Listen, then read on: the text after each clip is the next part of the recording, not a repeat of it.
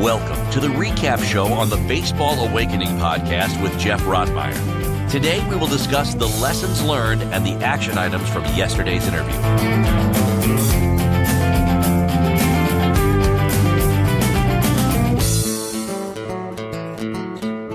Hey guys, Geoff Rottmayer here with the Baseball Awakening recap show, where I share with you the biggest takeaway I got from my conversation with Terry Wolf and how I plan to implement what I've learned with my players that train with me at my academy in Tulsa, Oklahoma.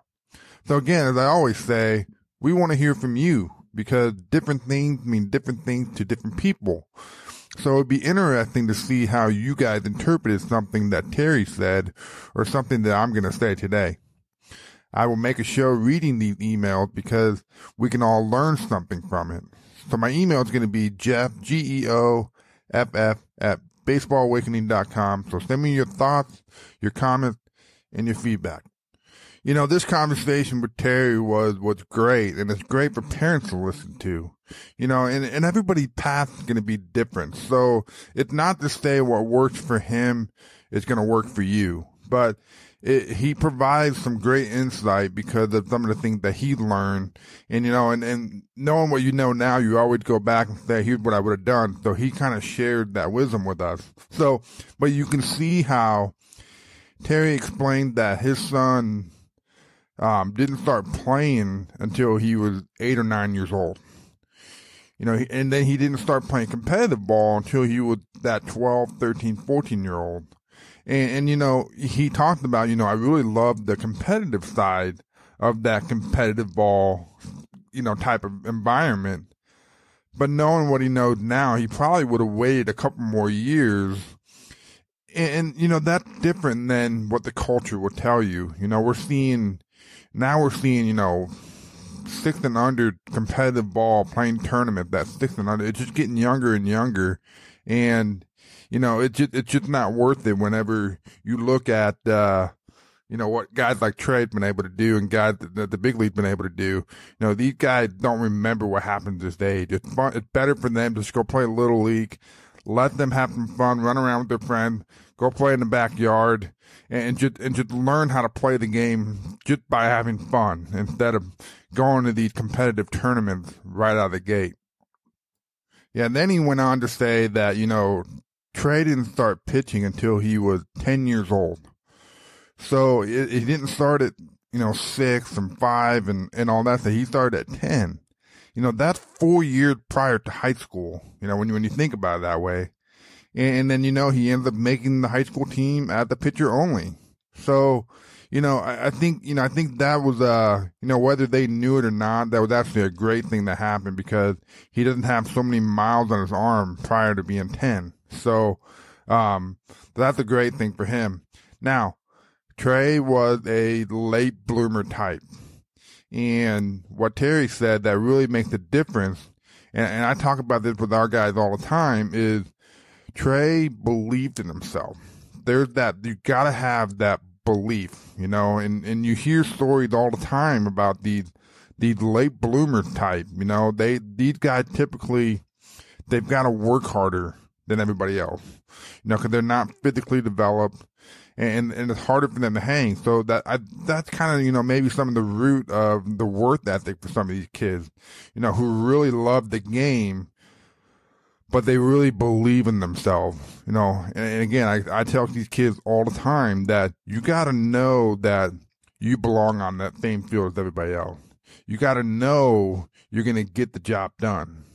And if you don't, so what? This game's hard. This game is rooted off failure. So, you know, just keep working hard, have a short memory, and get it done. Don't hang your head. You know, having that belief that Terry talked about, that Trey had, that all the big leaguers that I've talked to, they all had this belief. They just knew that if they worked hard enough, that they would be where they wanted to be at the end result. Now, this game, again, is hard. This game's going to tell you when it's done with you.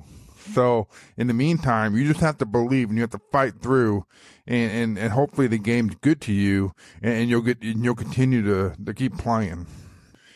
And I think parents play a huge role in helping their kid develop into what they can be. So the Terry recognized early on that he needed to get Trey with the right person. And in this case, it just happened to be us. So we're grateful for that. But he needs someone to provide him some guidance and to kind of show him the ropes. And I think what really separated Trey from a lot of kids that we've worked with is that, and I talk about this a lot, he did not waste time when he showed up. He didn't cut corners. He would be dripping sweat, even on the coldest days of the year. He asked questions. He wanted to understand why. He wanted to get deeper into it, which helped him develop because he had the knowledge and the understanding. He bought into writing stuff down. He bought into developing the routines. He would go home and watch YouTube. He would watch pitchers. He would watch hitters. He would watch documentary on baseball. That's how bad he wanted to get better. That's how bad he wanted it. And that's what it's going to take to be able to play at a Division I level for the most part. And you know what? His dreams are bigger than that. He wants to play in the big league. And if the game's good to him, maybe he'll get that opportunity. But he's doing what he can within himself right now to improve his knowledge, to improve his understanding, to improve his skill set, so that hopefully the game could be kind to him and give him that opportunity that he's seeking out. And then the other thing that Terry knew and Trey understood was the whole thing is a process. They were very realistic with the expectation. Terry knew, he explained how he would see a glimpse of hard work coming together his sophomore year. Trey started with us his freshman year. And so now he's in high school working with the team there. So working every day and then coming to us 3 to 4 times a week. So putting in a lot of work. And it wasn't until his sophomore year when he really started to see, some things come together and starting to see a little more consistency. And then that goes into his junior and his senior year. So they understood that developing is not quick. It's a long process. It's a journey. There's a lot of pieces to it. And this is where I believe a lot of kids mess up is they're not willing to seek out more information than just the mechanics. The mechanic talk get old after a while.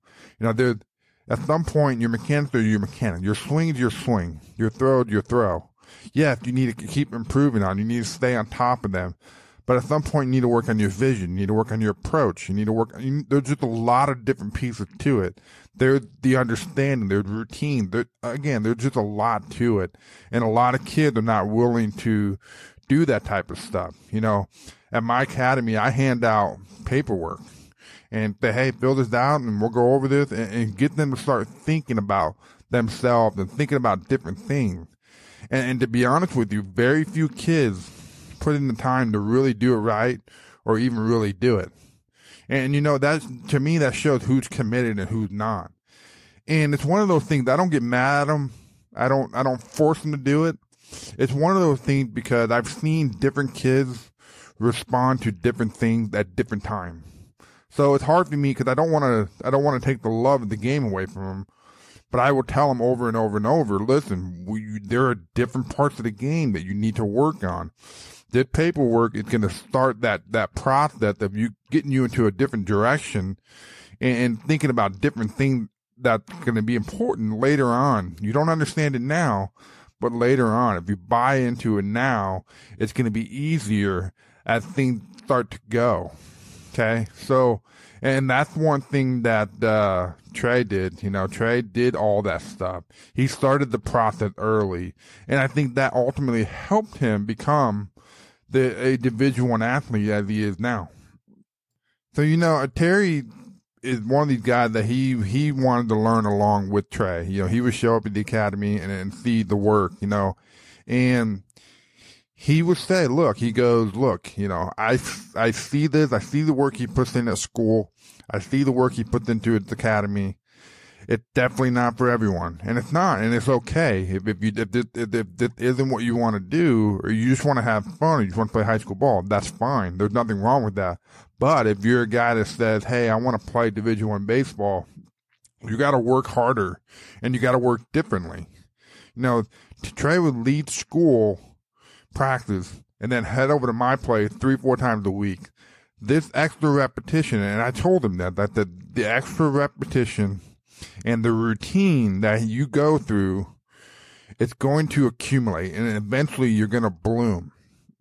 And of course, there's always going to be stuff to work on, but what he had done up to that point had gotten him to the point where he could throw 90 miles, 90 plus. He got up to 93, and then he went to a Division I program. So that part, the putting in the work part, doing things differently part is it's really critical. I think if this is the level that you want to get to, is you gotta, the best athletes in the world do things differently. They think differently. They train differently. They put in different type of work. They work smarter. They work hard. It just things that they do are different. And we try to challenge our kids to understand that and get them to think differently and to work differently and to train differently. And Terry went on to say, and I'm glad he said that, because he goes, we didn't choose to play summer ball his freshman year, and then we only played a few in his sophomore year. And he talked about how tough it was to go against the culture and trusting that they were doing the right thing. And I know I talked to a lot of parents, and a lot of them struggle with this. The culture says you need to play, and if you don't, you blew it. But the reality is that if you don't have the skill sets that are worth showcasing, then it's going to do more harm than good. That first impression matters. So I love showcase ball. I think it's great when you are ready and you have something worth showcasing. So you got to get with someone that could evaluate you and help you save the time and the money. And, because you need someone that's going to tell you the truth, because there's a lot of, the culture, there's just a lot of money, being wasted on things that are not going to help their son. You got to focus on the things that are going to help your kids. Get with someone who's going to tell you the truth and is going to be honest with you about what you need to do. Now, let's just say you want to go to a showcase just to see where you're at, compared to your peers. That's great. You got to understand the objective. If the objective is to go there to showcase, then you got to be ready. If to go there to see where you're at, I would say go to a lower type of showcase and see where you're at compared to the guys there, instead of going to one of these big old ones and spend a lot of money and only to see you're pretty far behind. But if you go to this lower showcase, get the numbers, you can go on the internet and find out where you stand compared to your class. So that's important to understand. So now in my conversation, Terry goes on to talk about Trey's junior year, where a lot of things really started to kind of come together. This is where his routine came together. This is where he started to see consistency in his approach and his performance and his mechanics. The routine, I've talked about this with everybody almost. The routine part takes time to develop, but you have to start the process. Just like Kevin Wilson said, that very first guy I interviewed, he said, just have one, even if it's a bad one. And then you got to reflect on it and make the adjustment. It worked for him. So as he went to college, everything kind of changed. So Trey had to really figure out, who he was, what he would trying to do, and figure out the college lifestyle and what the baseball demand was, and then figure out a routine that would work for him. And he recognized that, and it took him some time, and maybe he's still trying to figure that out, but he's working on the process. He's a work in progress to get the routine that's going to allow him to be consistent. So the routine part, Trey really bought into that his junior year. It really started to come together. We've been talking about it since he was a freshman, so it takes time to develop. So the routine part is important for you guys to understand. At least plant the seed, because it'll start to come together if you talk about it enough. And then the other thing that Terry went on to explain, that Trey, he got to a point where he was asking for feedback from his coaches, and he got to the point where he was accepting what they were saying. You know, you can get lost in the grind, and even for me training him, knowing what the process was like and where it was going, I could use some outside feedback as to what they were seeing and thinking. So so being willing to go ask your coaches for feedback and be comfortable with it and be okay with what they're saying and not go pout. You don't want good feedback all the time. You want to constantly improve and push yourself, and you can get better every day, even if there's always something to improve on. So this is something that I tell kids all the time. Don't be afraid to talk to your coaches. Ask them for an honest feedback and ask them how you can get better, what they see and stuff like that. And be willing to accept what they are saying, because you're not always going to hear what you want to hear, and you shouldn't hear what you want to hear. If you hear what you want to hear too much, then I would go get another opinion, because you want to improve. So it's better for you to hear the truth and what you really need to work on versus someone that's telling you that you're doing great all the time. And then, you know, later on we go on and Terry talks about how, you know, Trey was already committed to Oral Roberts, and then that schools were calling him and they have money to offer him. You know, this is the junior and the senior year, and there's this notion that if you're not committed by the time you're a junior, before you're a junior, that there are no opportunities. And for the most part, that's true. But if let's just say you're a late bloomer type of guy, and out of nowhere, you know, you are a guy who's throwing 90 miles an hour, you're going to get opportunities.